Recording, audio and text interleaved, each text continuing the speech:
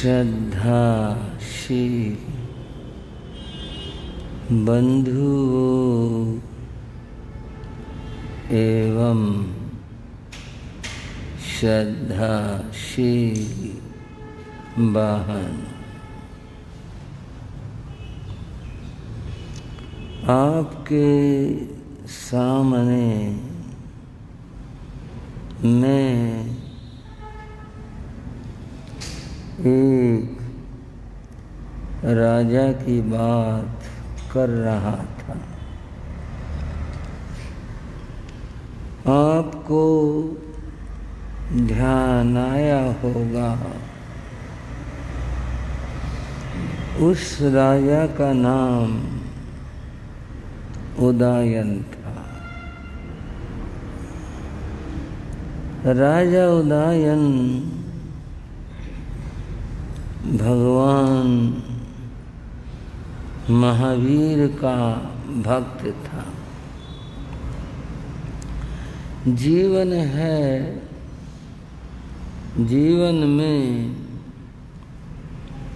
बहुत सारे परिवर्तन आते हैं। पहले ये व्यक्ति धर्म कर्म से दूर था। परिवर्तन कैसे आया? एक बार इसे भगवान महावीर के दर्शनों का सौभाग्य मिला। यहाँ से जीवन बदला। इसकी समझ में आया कि जीवन केवल इतना ही नहीं है कि राज सुख भोग लिए और बस यही ऐश आराम पा लिया और ये जीवन हो गया। इसने समझा कि जीवन परोपकार का नाम है, सेवा का नाम है, भलाई का नाम है और जीवन में धर्म ध्यान साधना करनी चाहिए। ऐसा उसका विचार बना। मैं आपको बीच में कहना चाहूँगा, ये जो बात उसके मन में आई, ये केवल उसके लिए नहीं है, हर व्यक्ति के लिए। मात्र धन संचय करना, संसार के सुख के साधन एकत्र करना, भला करना। राजा उदयन अच्छा जीवन जीने लगा। उसके अच्छेपन की बात बताता हूँ। उसने एक बार पौषध किया। पौषध के लिए वो एकांत में बैठा और जो भी पौषध की विधि होती है वो उसने की। पौषध लिया, बैठ गया, प्रभु को याद करने लगा। और मन में क्या भाव है? धन्य हो उन ग्रामों को उन नगरों को, उन स्थानों को जहाँ भगवान विचरण करते हैं, पधारते। मेरे राज्य में, सिंधु सौवी राज्य में भगवान कभी नहीं आए, मेरी राजधानी में नहीं आए। कितना अच्छा हो कभी भगवान मेरे राज्य में भी पधार जाए। बंधुओं, इसको हम भावना कहेंगे। क्या है ये भावना? मन में आए विचार कि भगवान मेरे राज्य में आ जाएं, पधार जाएं। ये भावना आप भी कर सकते हैं अपने क्षेत्र के लिए और अपने घर के लिए। आपको बताऊंगा, श्रावक आचार शास्त्र में लिखा है, भोजन के लिए व्यक्ति बैठा, सामने भोजन आया, उस समय वह ये भावना करे, अगर कोई मुनिराज पधार जाएं तो मैं उनको आहार देकर फिर भोजन ग्रहण करूं। ये भावना करे। अगर संयोग घट जाए,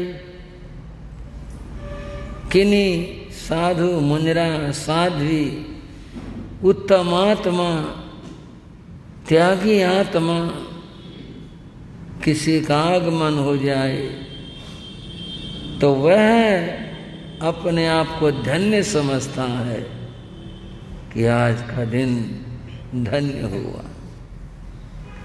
वह उन्हें आहार बहराए। कदाचित यदि न आए, हाँ जी भाई, ये योग सब जगह तो नहीं होता। पहली बार तो नगर में संत हों उस समय हमेशा तो होते नहीं। यदि हों तो ये भी कोई ज़रूरी नहीं कि हमारे घर ही आ जाए। उनके लिए तो पूरा नगर है, कहीं भी जा सकते हैं। नहीं आए तो ये भावना करते हुए अगर मुनिराज पधारते, कितना अच्छा होता। आज मुझे ये अवसर प्राप्त नहीं हुआ। ऐसा भाव करते हुए शाव को तत्व को समझना, ऐसा भाव करते हुए उसने भोजन किया।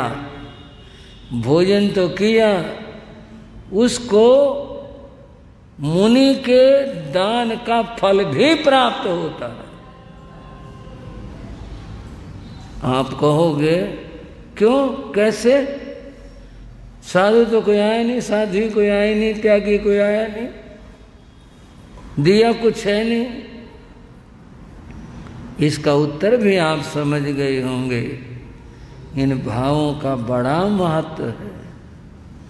जो ये भावना की ना कि वे आ जाए, नहीं आए तो मन में थोड़ा ख्याल करते हुए कि आज ऐसा शुभ कर्म नहीं आया कि जो मैं अपने हाथों से कुछ बह रहा था, भोजन कर लिया इन भावों से, उसे दान का फल भी होता है।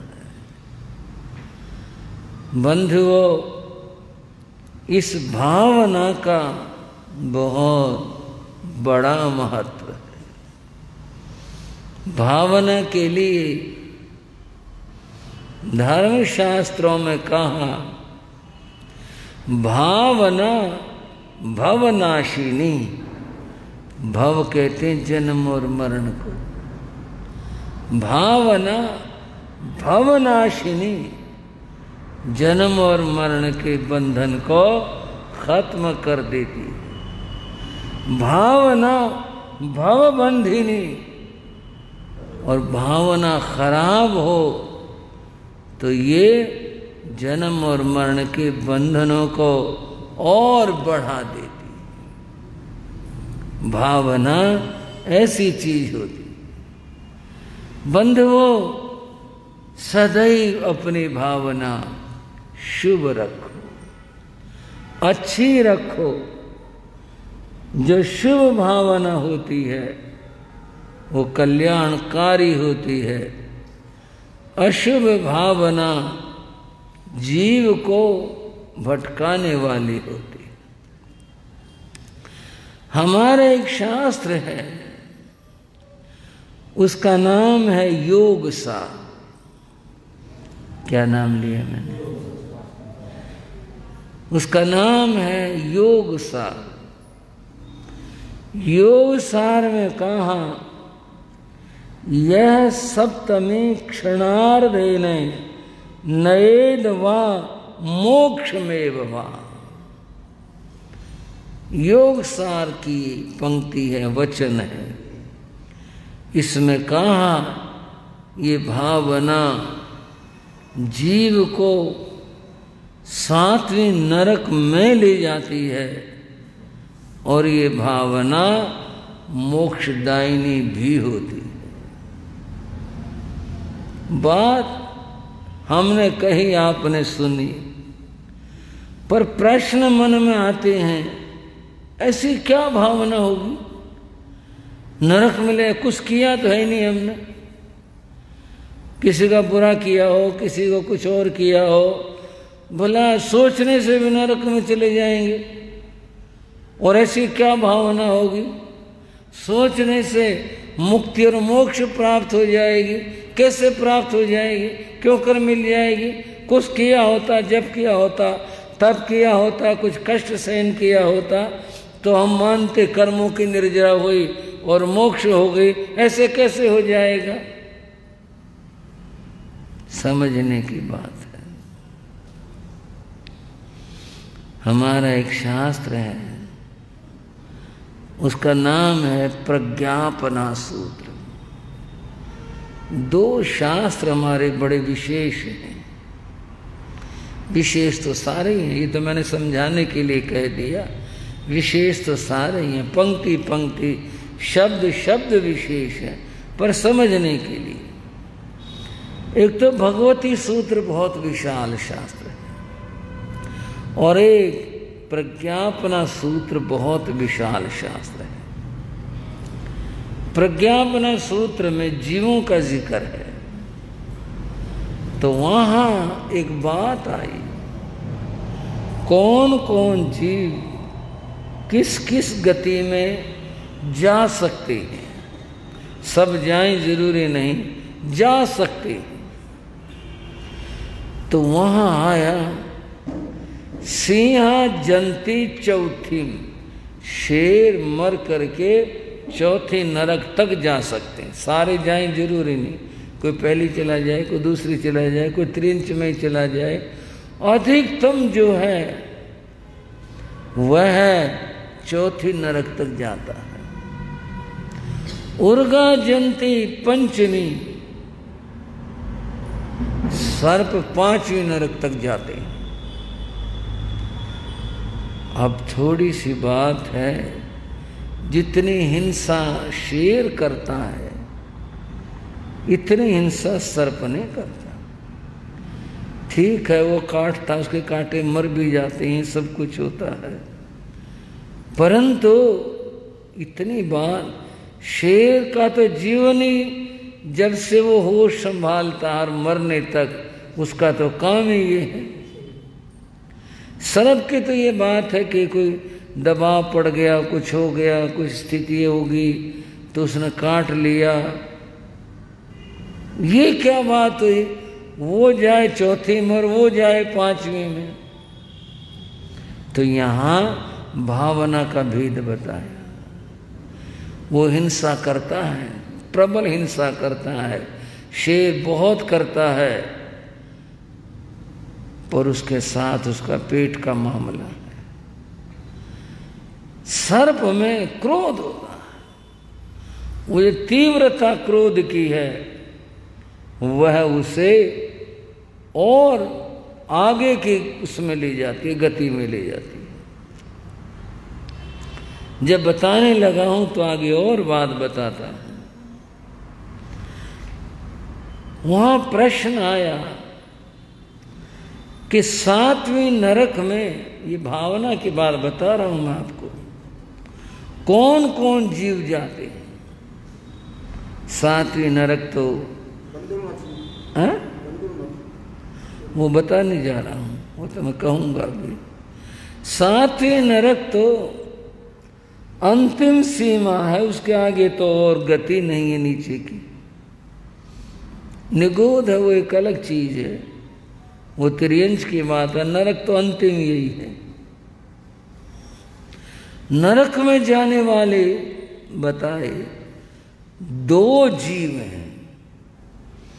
एक तो मनुष्य, मनुष्य जिसकी गति मोक्ष हो सकती है सबसे ऊंची, उसकी गति सबसे नीचे भी होती है नरक की।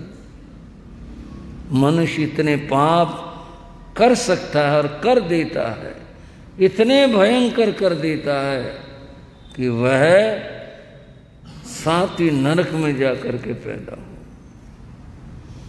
एक बार मैं पढ़ रहा था,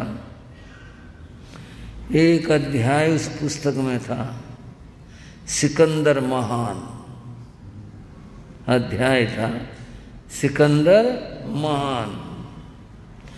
मैंने सिकंदर की हिस्ट्री थोड़ी सी पढ़ी है। वो सिकंदर महान किस बात में था भाई? कौन सी बात थी इसकी महानता की? क्या काम किए उसने जिस सिकंदर को महान कहा जाता? सिवाय एक राजनीति के और कुछ भी नहीं। राजनीति से उसे सिकंदर महान कहते हैं। उसने तो महानता का कोई काम किया नहीं। राज्य विस्तार किया उसने। राज्य विस्तार करना ये क्या महानता हुई? उसकी तो ये स्थिति थी कि सेना गांव के पास से गुजरी, लगा दो आग इसमें, और गांव को घेर लिया, आग लगा दी। और वो बेचारे गांव के लोग जिनका कोई कसूर नहीं, कोई दोष नहीं, उन्होंने कुछ कहा नहीं, कुछ हुआ नहीं, और गांव का गांव जला दिया। ये महानता थी। पता नहीं कितने गांव जलाए उस आदमी ने। बस इतना खूंखार और क्रूर था। कहीं अगर ये बात होती, अरे इस गांव में कुआं नहीं है भाई, इनको धन दो, इन लोगों को कुआं बनवाएंगे, यहाँ के लोग गरीब हैं, इनको अन्न की कमी है, इनको धन दो, इनको उपलब्धि कराओ, कोई भूखा न सोए कोई आदमी।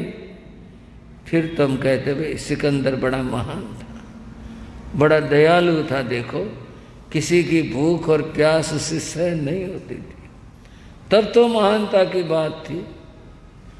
और ये क्या महानता हुई कि लगा दो आग इसमें। बात दूर चली जा रही है, पर बात कहे बिना रहा नहीं जा रहा। महान वो लोग हुए जो दयालु थे। राजा रणजीत सिंह ने एक बार कोई मौका पड़ गया था, अन्न की कमी हो गई थी, उसने दानशालाएं खुलवाई थी जहां से अन्न मिलता था। रोटियां नहीं, अन्न ले जाओ, एक बार में एक आदमी को इतना अन्न मिलेगा, ले जाओ। दुनिया ने लाभ उठाया। पर रणजीत सिंह के मन में ये रहता था, कहीं ऐसा तो नहीं हो कि लोगों को लाभ न हो रहा हो। और ऐसा ये लाल फीताशाही का काम, वो खुद दौरे पर निकल जाता। एक जगह वो निकला, उसके साथ सैनिक थे। उसने कहा यहाँ खड़े हो जाओ, खड़े कर दिए। और जहाँ वो दानशाला थी वहाँ गया। वहाँ एक बूढ़ा आदमी और एक बच्चा उस दानशाला वाले आदमी से जिदने लग रहे थे। वो बूढ़ा हाथ जोड़ा, बोला भाई दे दे दाने, मेरे को देर होगी आने में, रास्ता लंबा था, मैं आया हूँ, मैं फिर दोबारा आऊँगा, तो दे दे। नहीं नहीं, टाइम हो गया, अब नहीं मिलेगा। बोले भाई दे दे। वो मने कर रहा था, बोला नहीं ताला लगाने का टाइम हो गया। रणजीत सिंह ने देखा, रणजीत सिंह उस आदमी को बुला कर एक और ले गया। बोले मैंने पहचाना, कुछ कुछ कुछ समझ में आई जैसा, हाथ जोड़ दे जी, इसको अनाज दे दे। वो आया, बोला अच्छा बाबा अनाज ले ले। अनाज जो भी माप था, एक आदमी को इतना मिलना है, वो उसे देने लगा। रणजीत सिंह बोला उसको, बाबा और चाहिए तो और ले ले। उसने देखा ये आदमी तो कौन है, और उसने चुपचाप जितना उससे लिया गया ज़्यादा ले लिया, गठरी बड़ी कर ली। लोभ है ना इंसान में। यूँ तो नहीं होता ना भाई मैं इतनी मुश्किल से आया था और भी कोई आएगा, उसको भी कुछ चाहिएगा, तो कम से कम मैं कुछ तो सोचूं। ज़्यादा ले लिया, ज़्यादा ले लिया। उसने दुकान जो भी होती स्थान उसको बंद कर दिया। उसने तो गठरी बांधी, बच्चे से बोला ले काका मेरे को उठवा। वो बच्चे से उठवाया नहीं गया। रणजीत सिंह बोला लो मैं उठवाता हूँ। उसने हाथ लगा, उठवा दिया सिर के ऊपर। वो सिर के ऊपर उठवाया तो वृद्ध आदमी था, पाँव लड़खड़ा गए और लगा भाई बहुत ज़्यादा ये गिरेगा। रणजीत सिंह बोला बाबा रुक, ठहर जा, ला मेरे को दे। बोलो अब इस कहानी पे विश्वास आ सकता है? इस बात पे एक राजा ये काम कर दे कि ला मेरे को उठवा। उसने जी वो गठरी उसके सिर पर रख दी, उठवा दी। उसने सिर लगा लिया, उसने उसको सिर पर रख लिया और चला। वो सैनिक तो वो दूर खड़े थे ना, उनका तो काम था राजा की देखभाल करना, रक्षा करना। जब राजा चला तो वो दौड़ करके आए और उन्होंने तो अपने ढंग से जो भी सम्मान होता है वो करके कहा हजूर हजूर हजूर भैया हमें उठवाओ आप। उसने उनको दे दी। वो बूढ़ा क्या सोचे, ये तो कोई बड़ा ही आदमी है, इसके साथ ये कई लोग हैं, ये तो कोई बड़ा ही आदमी है। उसने एक सैनिक से पूछा क्यों भाई ये कौन है? बोले महाराज रणजीत सिंह। रणजीत सिंह वो साड़ा प्यो, हमारा पिता, साड़ा भगवान। वो पाँव में गिर पड़ा जी, मैंने माफ़ कर दो, मैंने माफ़ कर दो। बोले माफ़ करने की क्या बात है भाई, मैंने तूने मेरे को कुछ कहा तो नहीं ये मेरे तो गलती होगी। बोले अभी तेरे से कोई गलती नहीं, तेने क्या गलती करी है? कोई गलती की बात नहीं। बंधुओं उस व्यक्ति को महान कहते हुए गर्व होगा। क्यों जी? सुनील जी, उस आदमी को महान कह करके गर्व महसूस होगा भाई हाँ किसी को महान कहा। देखो इतना काम कोई कर सकता है। चलो यहाँ तक भी अनाज दिला दिया, सैनिकों का तू उठा ले भाई, अपने आप सिर लगा दे, लेना मेरे को उठवा दे, और जो गांव के गांव चला दे, वो महान हो सकते हैं। इतिहास में न जाने कैसे कैसे लेखक हो गए, क्या क्या लिख मारा, किस आदमी की महानता की क्या विशेषता है, क्या कहें। बंधुओं, राजा की महानता उसके परोपकार, उसके सेवा इस बात में होती है, धन संग्रह में नहीं होती। बात चल रही थी नरक में जाने की। एक मनुष्य 7वीं नरक तक चला जाए और वही मनुष्य मुक्ति और मोक्ष के दरवाजे जा खोले, ये मनुष्य की बात। 7वीं नरक में 2 ही जीव जाते हैं, एक मनुष्य जाता है और एक मत्स्य, मछलियां। इनकी एक प्रजाति होती है, उसको तंडुल मत्स्य कहते हैं। तंडुल नाम चावल का है संस्कृत में। संस्कृत भाषा में जो अन्न के नाम हैं, जैसे गेहूं को गोधूम कहते हैं, चने को चणक कहते हैं, तो चावल को वहां पर तंडुल कहते हैं। एक मत्स्य है, उसका नाम तंडुल रखा हुआ है, क्योंकि वो होता ही इतना है बस जितना बड़ा चावल होता है, छोटा सा होता है, छोटा सा। उसका इतना ही शरीर विकसित होगा, वो इतना ही होता है, वो चट्टे चट्टे। उसकी आंखों में सलवटें होती हैं, एक गड्ढा सा होता है, इधर भी सलवटें सी होती हैं। वहाँ काई जम जाती है उसमें, अभी तो पशु हैं बेचारे, वहाँ उसमें वो वहाँ पैदा हो जाता है, उन गड्ढे से में वहीं पलता है, वही चाट चूट लेता है, कुछ कर लेता है, काई सी जमी रहती है, उसी में बड़ा हो जाता है। पर पंचेंद्रिय होता है, उसमें देखने की सुनने की योग्यता होती है, पंचेंद्रिय होता है, सोचने की योग्यता भी होती है उसमें। वो छोटे से में, वो तंडुल चावल जितना जिसका शरीर है, उस मत्स्य में इतनी योग्यता होती है। पंचेंद्रिय और भी छोटे हो जाती हैं तो अवगहना की बात है, उसमें वो होता है।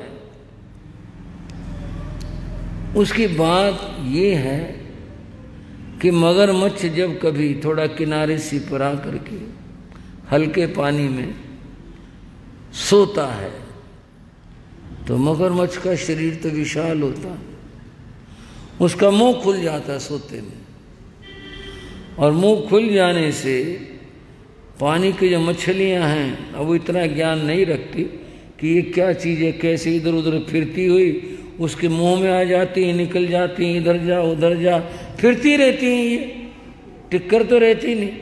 उसके मुंह में चली गई, फिर आ गई, बाहर निकल आए, वो सोया पड़ा, उसे पता ही नहीं। वो तंडुल मत्स्य बंधुओं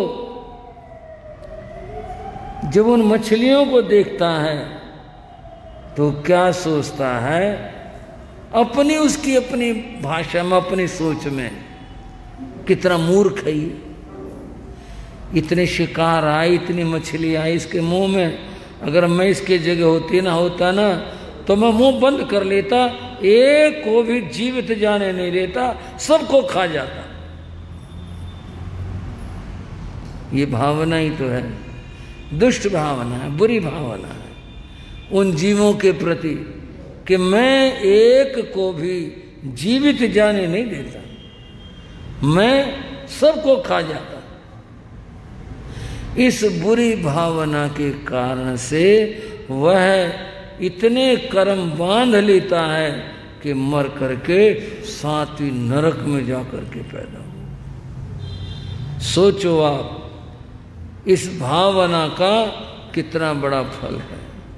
जो मैं अभी कह रहा था योग सार के बाद, यह सत्यमें क्षणार्थ है, 7वीं नरक में चला जाए जीव, और मोक्ष में वा, और यह शुभ भावना के द्वारा, निर्मल भावना के द्वारा मोक्ष में चला जाए। इतने बड़े भावना की बात होती है, इसलिए भावना हमेशा शुभ रखो, अच्छी रखो, शुद्ध रखो।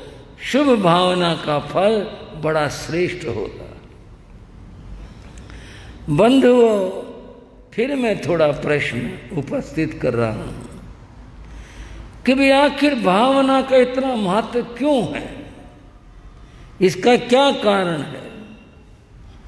इसका समाधान मैं दर्शन शास्त्र के द्वारा आपको बताता हूं। वो क्यों और कैसे है। दर्शन शास्त्र में कार्य कारण भाव की चर्चा है। मैं बताऊंगा आपको क्या मामला है। ये दर्शन शास्त्र में ये बताया, कोई भी कार्य कारण के बिना नहीं होता। ये एक सिद्धांत है। कोई भी जो कार्य होगा उसका कोई न कोई कारण जरूर होगा। जैसे घट घड़ा है, घड़ा जो है ये कार्य है। घड़ा एक कार्य है। इसका कारण क्या है? इसका कारण मिट्टी है। मिट्टी अगर न हो तो घड़ा नहीं बन सकता। कोई एक स्टील का बनवा लेंगे, और स्टील भी तो कारण बनेगा। बिना कारण के कार्य नहीं होता। एक कहावत है कि बिना बांस के बांसुरी कैसे बजेगी। बांस होगा तो ही तो बांसुरी बनेगी, और बांसुरी बनेगी तो बजेगी। बांस ना हो तो बांसुरी कैसे बजेगी? मिट्टी अगर ना होती तो घड़ा कैसे बनता? मिट्टी है, मिट्टी थी तो घड़ा बना, मिट्टी न होती तो नहीं बनता। तो सिद्धांत क्या था कि कार्य जब बनेगा जब उससे पहले कारण विद्यमान होगा। कार्य से पहले कारण होता है, बाद में नहीं जुड़ता। पहले कारण होगा, फिर उससे वो कार्य बनेगा। इसके बिना नहीं बन सकता। अब आप समाधान के करीब आ जाओ। बिना भावना के कोई काम होता ही नहीं है। समझ लो, अपने आप कोई काम नहीं होता दुनिया में। कोई ये सोचे भाई यूं ही होगा, अपने आप हो गया, हो ही नहीं सकता। मैं अपना हाथ यहां रखे हुए हूं, मैंने हाथ ऊपर उठाया, यूं ही उठ गया हाथ। नहीं, पहले भावना बनी, पहले विचार ही आया कि मैं हाथ ऊपर उठाऊं। अगर ये विचार न आए तो ये हाथ ऊपर उठेगा ही नहीं। पहले विचार बनेगा। विचार, भाव, भावना, ख्याल, थॉट, ये एक ही चीज के नाम है। जो मैंने आपको बताया अभी, ये एक ही चीज के नाम है। भाव कहो, भावना कहो, विचार कहो, ख्याल कहो, थॉट कहो, ये एक चीज के नाम। ये पहले बोलेंगे। भीतर में विचार आया, मैं हाथ ऊपर उठाऊं, मैं आशीर्वाद दूं, तब जाकर के काम हुआ। ऐसे नहीं हो गया। तो बंधुओं, कि भावना का महत्व क्यों है? वो इसलिए है कि सारे कार्य दुनिया के, चाहे वो अच्छे हों और चाहे वो बुरे हों, चाहे वो कैसे हों, उस भावना के द्वारा ही सब काम होते हैं। बिना भावना के काम नहीं होता। अतः इन भावों का अच्छा होना परम आवश्यक है। इन भावों का होना, अच्छा होना, वही कल्याण का रास्ता है। इस भावों की महिमा और बात को मैं एक जैन कथा के द्वारा थोड़ा सा आपको समझाता हूं।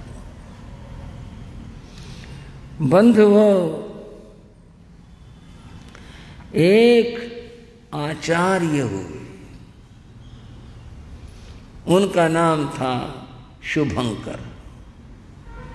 शुभम करोति, जो सबका भला करे, सबका अच्छा करे, सबका शुभ करे, शुभंकर।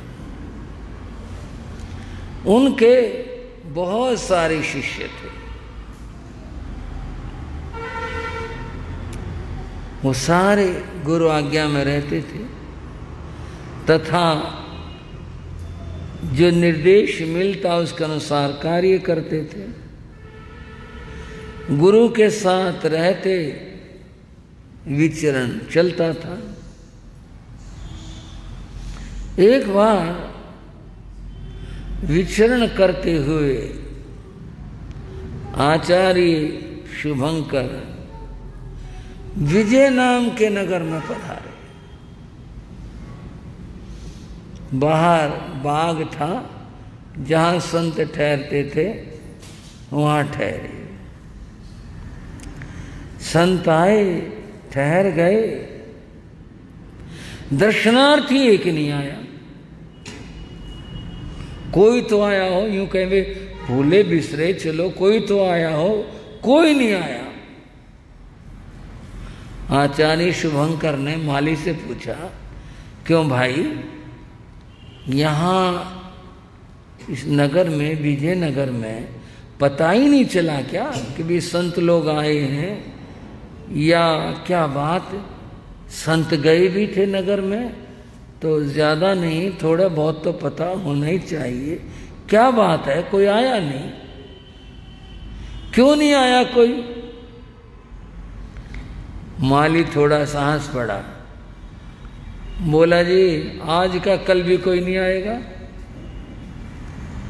ये क्या बात है भाई, कल भी कोई नहीं आएगा?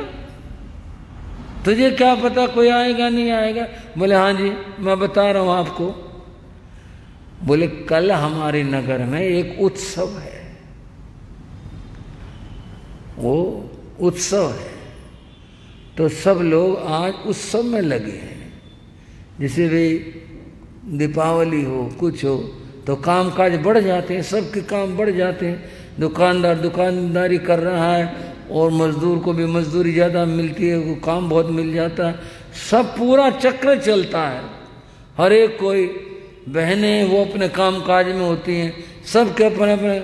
मुझे कल हमारे उत्सव है, सब आज उसके काम में लगे हुए हैं और कल वो उत्सव त्योहार है, तो कल तो फिर है ही आखिरी दिन।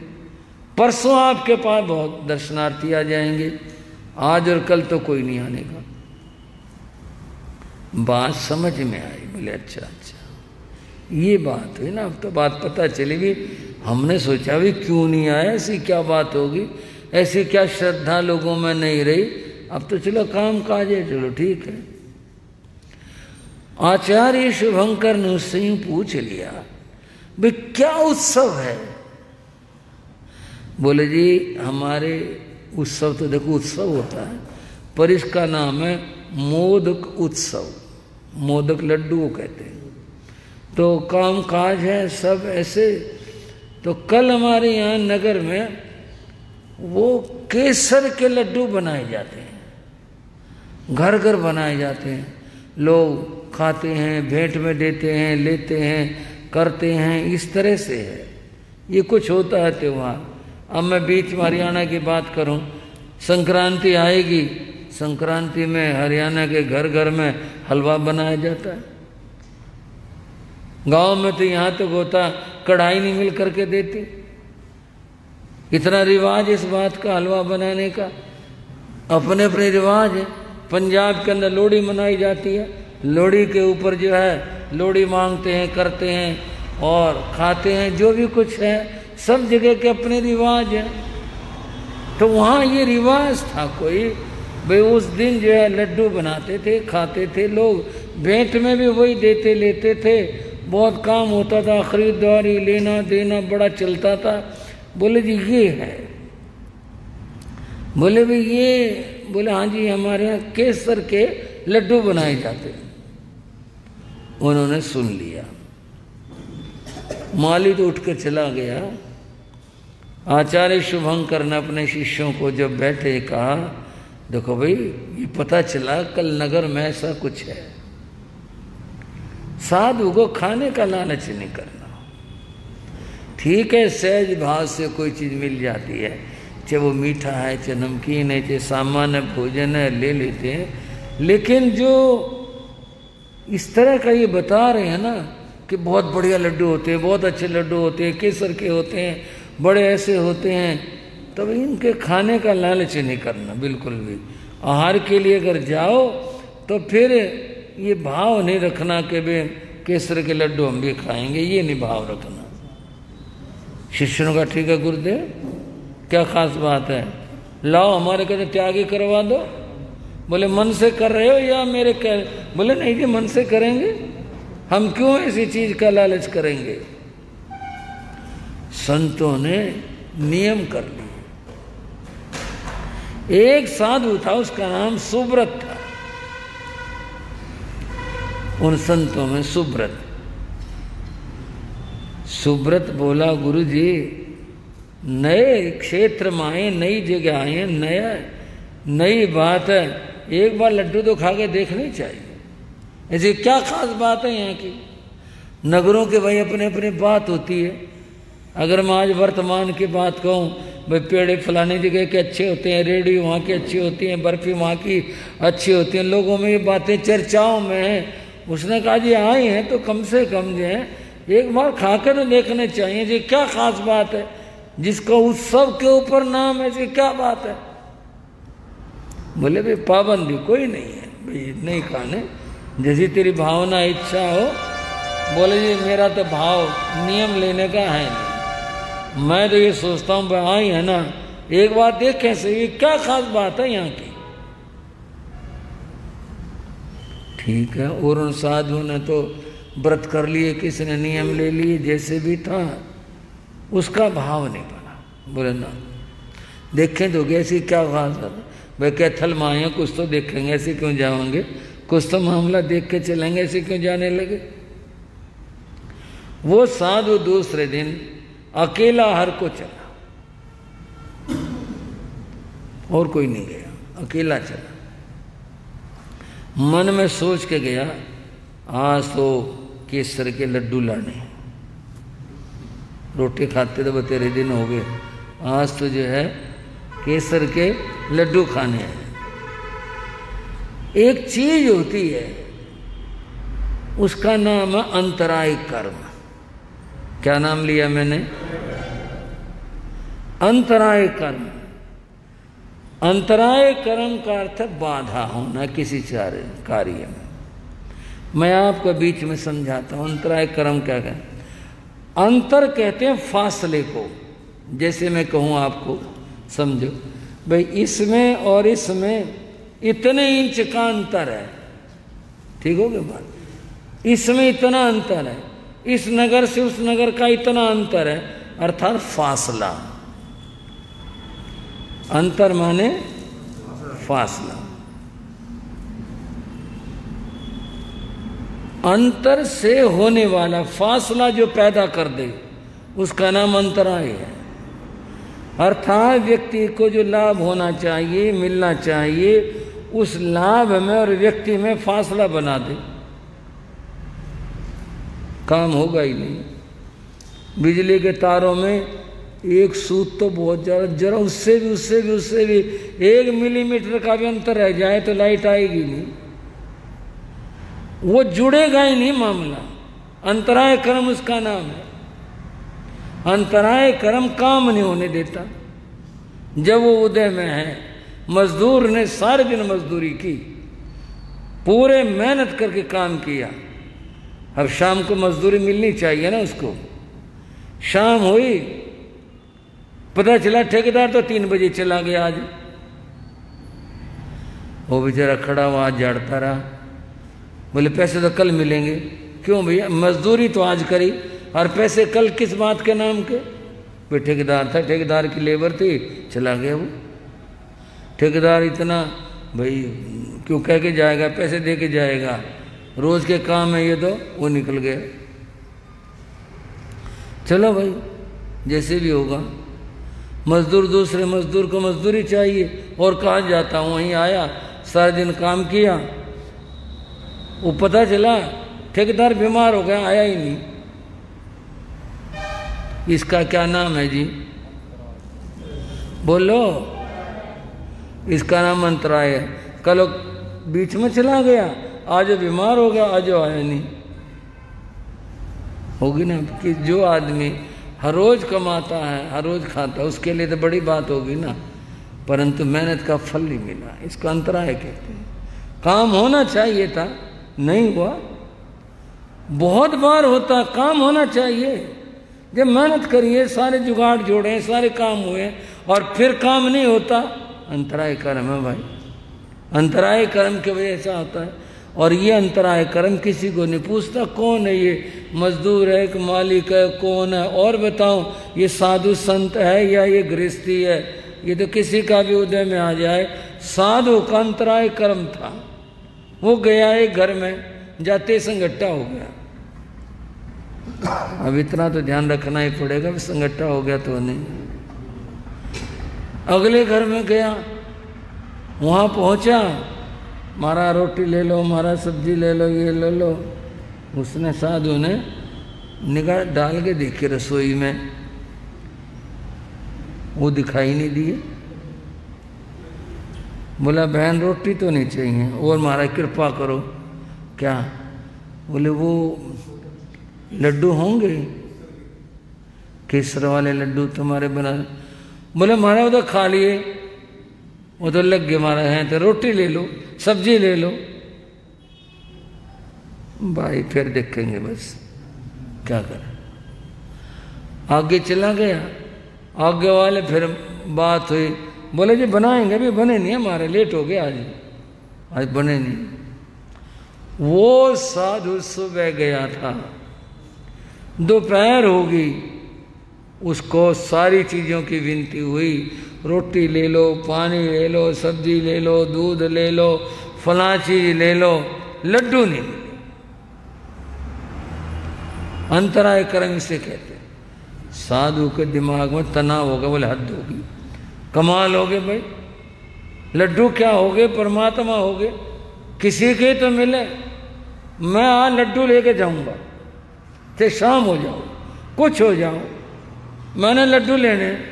भाई थामना दरखड़ियों, घर में कभी महाराज जी लड्डुओं की बात सुना रहे थे, ऐसी बात नहीं है कुछ, मैं तो कथा सुना रहा हूँ आपको लड्डुओं की। चाहे शाम हो जाओ, मैं लड्डू लेके जाऊंगा। दोपहर को धूप ज़्यादा होती थी, या मौसम धूप का होगा, वो धूप और गर्मी में जो है वो फिरता रहा, उसके तो दिमाग में तनाव पैदा हो गया। और जिसके तनाव हो जाए उसको तो जिद हो जाती है एक बात की, लड्डू लेके जाने हैं। वो जी सारे घूम लिया, उसे लड्डू नहीं मिले, कहीं संगठा हो गया, कहीं दरवाजे बंद मिले, किसी ने कहा जी खा लिए, किसी ने कहा जी सवेरे भुगत लिए थे वो तो, किसी ने कहा कुछ हमारे तो बनने नहीं थे जी, हमारे तो ये था जी। सारे शहर में फिरता रहा, उसे नहीं लड्डू मिले, बाकी दिमाग में तनाव हो गया, लड्डू लेके जाने। वो तो ये भी भूल गया कि सूरज कितना बाकी रह गया और वापस भी जाना है, ये भी भूल गया। जाता रहा, चलता रहा, और क्या कहूँ, दिन छिप गया। आप कहोगे साधु था, क्या था वो? साधु तो था, पर दिमाग में कोई बात आ जाए, कसर आ जाए, उसमें साधु क्या करेगा? वो तो यूँ कह ले उसका अटैक हो गया एक तरह का दिमाग में, लेके जाने हैं। आज मैंने लड्डू ही खाने और मैंने कोई चीज़ लेनी नहीं। दिन छिप गया। जैसी उस शहर में व्यवस्था थी, सड़कों पर लाइट की, कुछ और की, वो जल गई। उसने नहीं परवाह करी कि भी दिन छिप गया, ख्याल ही नहीं आया किसी के तो मिलेंगे, ऐसी क्या बात है ना मिले, लड्डू लेके जाने हैं। वो जी एक घर पहुंचा, दिन छिप चुका था। कथा में श्रावक का नाम जिनदास बताया। जिनदास श्रावक आगे खड़ा मिला, उसने साधु को देखा, हाथ जोड़े, कहा भाई क्या बात है, दिन छिपे और साधु आया है, कहीं से चलकर आया है, रास्ता भूल भटक गया। कई कारण हो सकते हैं ना, भाई कहीं से आया हो, रास्ता दूर का हो, पहुंचने में देर हो गई हो, रास्ता भटक गया हो, कोई बात हो गई हो। नमस्कार किया, मथे बनना महाराज। हाँ वैष्णव महाराज कैसे पधारे? मैं हार लेने आया हूं। श्रावक चौंका, हार लेने आए हैं रात को और साधु हार लेने आए हैं? ये तो संगति बने नहीं। पर वो व्यक्ति धीर गंभीर समझदार था। उस श्रावक ने सोचा बात तो पता चले भी ऐसी क्या मुसीबत आ पड़ी, मन में कहता है, जो रात को खाना लेने के लिए आई है। बोले अच्छा महाराज आहार चाहिए? हाँ आहार चाहिए। उसने तो जी निमंत्रण दे दिया। बोले आओ महाराज आहार ले लो। रसोई में पांव रखते बोला तुम्हारे केसर के लड्डू हैं? ये बात है, साधु जो है केसर के लड्डू की बात करा। बोला महाराज केसर के लड्डू हैं। मैंने भाई केसर के लड्डू लेने, मैंने और कोई चीज नहीं लेनी। बोले ऐसा साधु कभी भी नहीं कहता है, भाई जो चीज लेनी हो तो ठीक, हाँ कर दे ना कर दे। गृहस्थी विनती कर लेता ये ले लो ये ले लो, और ये तो साधु कह रहा मैंने केसर के लड्डू लेना और कोई चीज नहीं लेनी, केसर के लड्डू ले लो। उसने तो ये छेद दे दी, जितनी इच्छा थी लो और डला लो दी और डला लो। जब उसका मन भराना हुआ, पूरा पात्रा मेरा भर गया और मैंने लड्डू ही खाने हैं, तब उसने बस करी। बोले बस जी। बोले और ले लो? बोले ना ना बस। आचार्य शुभंकर बाहर बाग में ठहरे, वहां जाऊंगा। महाराज अब तो रात होगी, रात को कहाँ फिरोगे, मेरे घर पे ठहर जाओ, सवेरे चले जाना। उसे लगा कि साधु के दिमाग में कुछ कमी सी है। रात होगी, महाराज देखो तो बाहर निकल गए, तारे निकल रहे हैं। रात होगी, रात होगी। हाँ हाँ देखो तो आप, रात होगी। यहां उसको एक धक्का लगा, रात होगी और सितारे निकल रहे हैं और मुझे बाग में जाना है। गुरु क्या कहेंगे? तो रात को आया है और रात को भोजन लाया है। मामला बिगड़ गया। वो सोच में पड़ा, सोचता रहा ये तो। बोले श्रावक जी लड्डू वापस ले लो। बोले क्यों महाराज, हमने तो बड़ी भावना से दी है आपको, क्या बात? बोले नहीं रात होगी, रात को हार नहीं लेना था, मेरे धोखा लग गया, मेरे दिमाग में पता नहीं क्या हो गया, ये तो आप वापस ले लो। ठीक है महाराज जैसी आपकी इच्छा हो। अगर आप ये समझते हैं कि वापस करने हैं तो ठीक है, वापस हम सवेरे बैराना का फिर भाव रखते हैं। पर आप रात को ना जाओ, आप यहाँ कमरे में ठहर जाओ, आपको मैं प्राण सुख जगह दूंगा। रात को जाना आपके लिए ठीक नहीं होगा। अच्छा तो दिखा दो जगह। जगह दिखा दी, जगह देखी। बोले भी ठीक है। वो साधु ठहर गया। बोले महाराज कोई दिक्कत हो तो बताना किसी बात की। बोले नहीं ठीक है। रात गहराने लगी, शहर का आवाज शोर बंद हो गया, लोग नींद में जाने लगे, सन्नाटा छाने लगा। साधु सो नहीं सका। आज क्या हुआ ये? मैं यहाँ आ गया, रात मैंने कर दी, और ये तो बहुत भला आदमी है श्रावक, जिसने मेरे को कुछ नहीं कहा।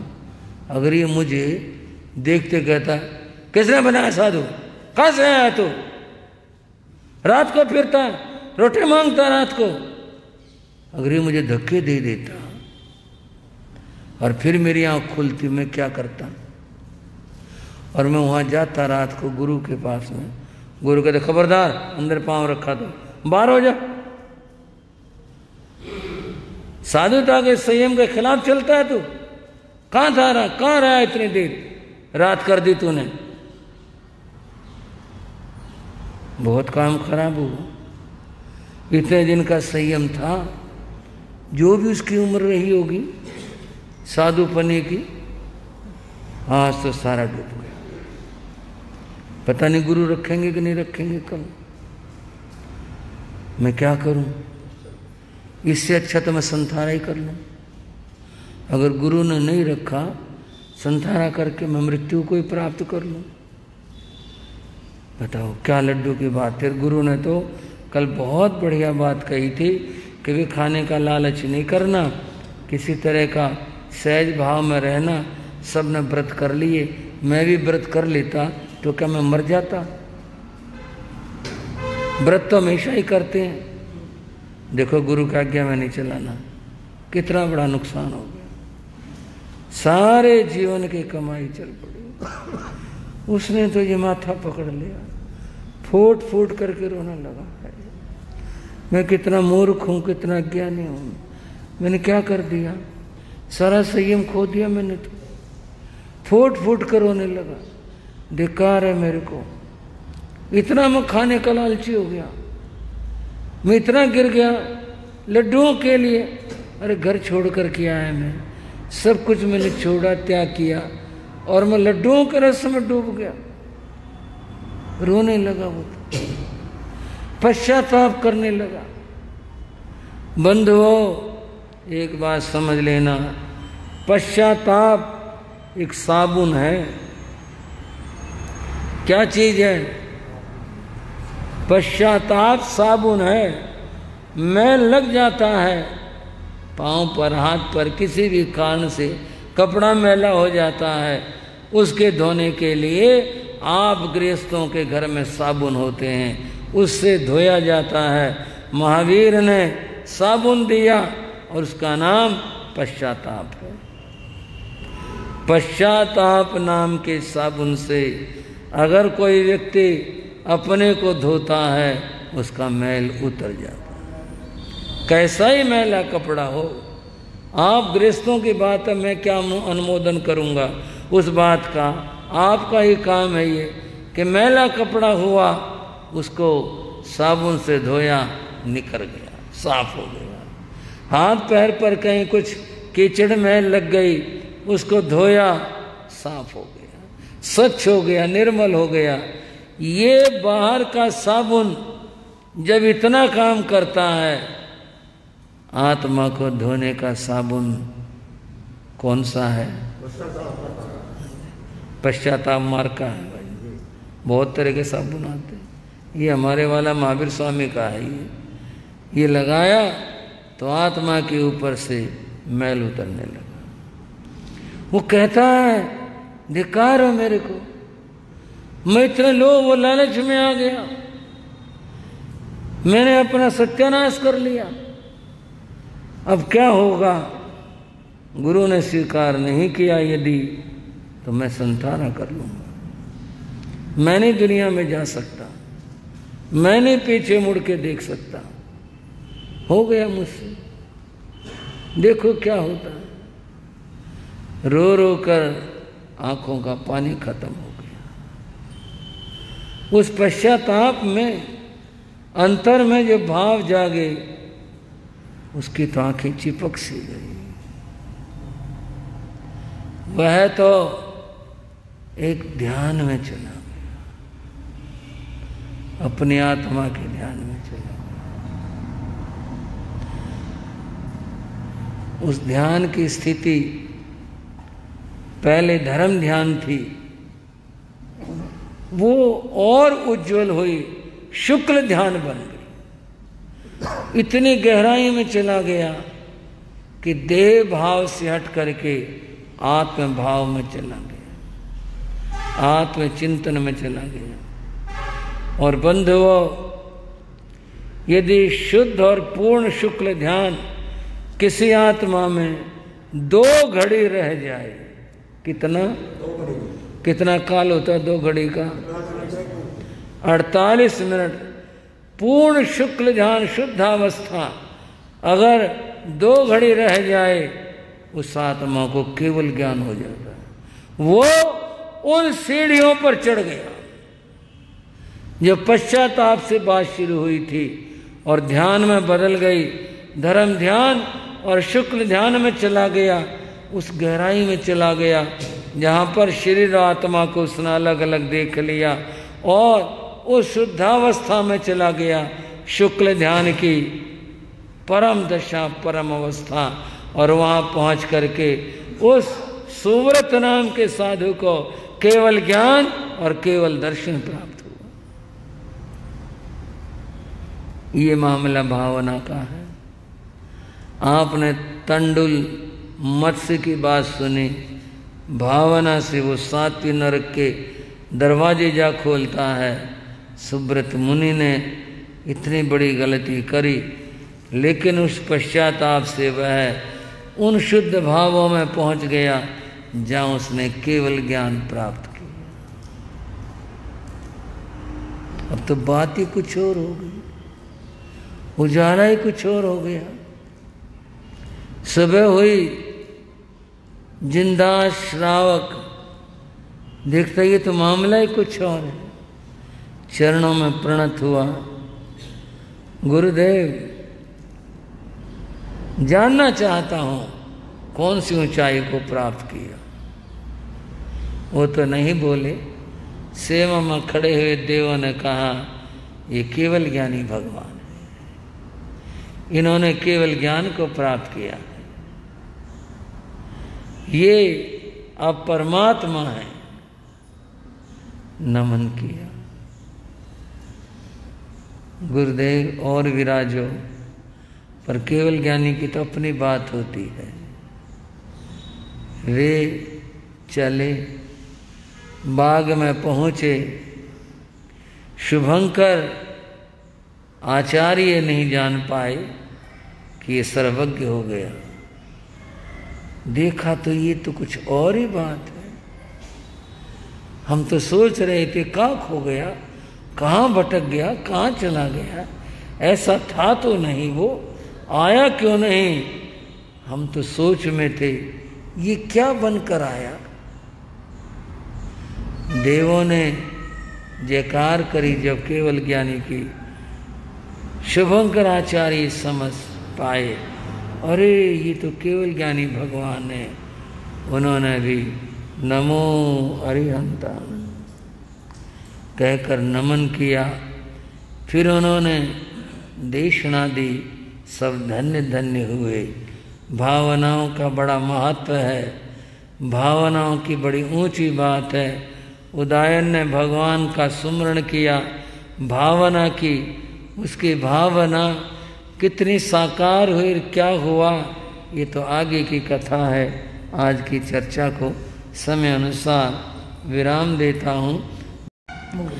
चत्तारि मंगलम अरिहंता मंगलम सिद्धा मंगलम साहू मंगलम केवली प्रणतो धम्मो मंगलम चत्तारि रोगोत्तमा अरिहंता रोगोत्तमा सिद्धा रोगोत्तमा साहू रोगोत्तमा केवली प्रणतो धम्मो रोगोत्तमो चत्तारि शरणं प्रवज्यामि अरिहंते शरणं प्रवज्यामि सिद्धे शरणं प्रवज्यामि साहू शरणं प्रवज्यामि केवली प्रणतं धम्मं शरणं प्रवज्यामि। ये चार शरण दुख हरण जगत में और न शरणा कोई होगा। जो भव प्राणी करे आचरण उसका अजर अमर फल होगा, उसका सदा मंगल आशीर्वाद, मंगल आशीर्वाद।